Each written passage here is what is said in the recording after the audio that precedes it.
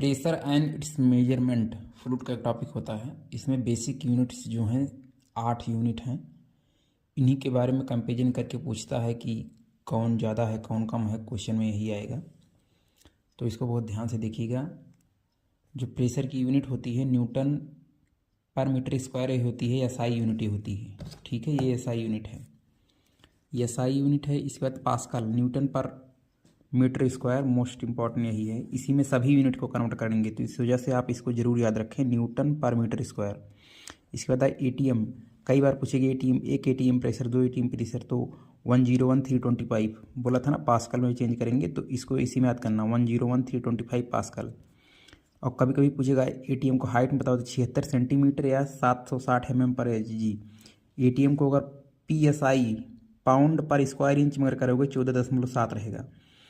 या mega pascal में करोगे, मेगा पास्कल ये होता है ना, मेगा पास्कल होता है 10⁻6 पास्कल, गीगा पास्कल होता है 10⁵ और 10⁹ पास्कल।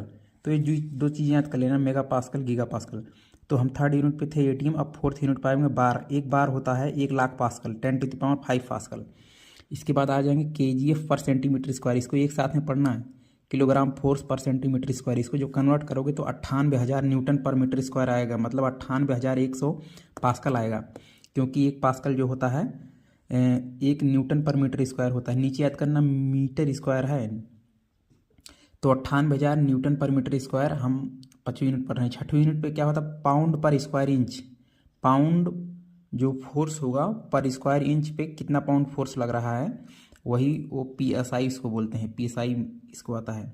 तो इसको जो उसमें बदलेंगे, पास्कल में कितना पास्कल होता है, तो 68,088 नहीं 6,888 आएगा, 6,888 पास्कल।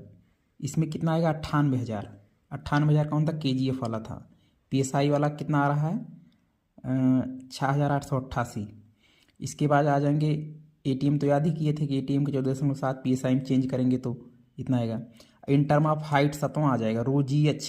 हाइट चेंज होती रहती, कभी पानी की हाइट दे देगा, जैसे यहाँ पे देखोगे एटीएम को पानी में करेंगे 76 सेंटीमीटर पर HG आता है, HG के साथ में आता है। टॉर जो होता है, टॉर एक वैज्ञानिक उनके नाम पे दिया गया, टॉर 1 mmHg को, जैसे हाइट में होता है 1 mmHg जब आप रखोगे रो GH में, तो उसकी वैल्यू आती है 133 न्यूटन पर मीटर स्क्वायर, मतलब 133 पास्कल जो होती है एक टॉर की वैल्यू होती है। एक टॉर 1 mmHg फ्लूइड जो उठता है हाइट के टर्म में, वो होता है।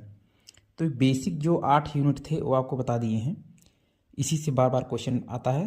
Thank you.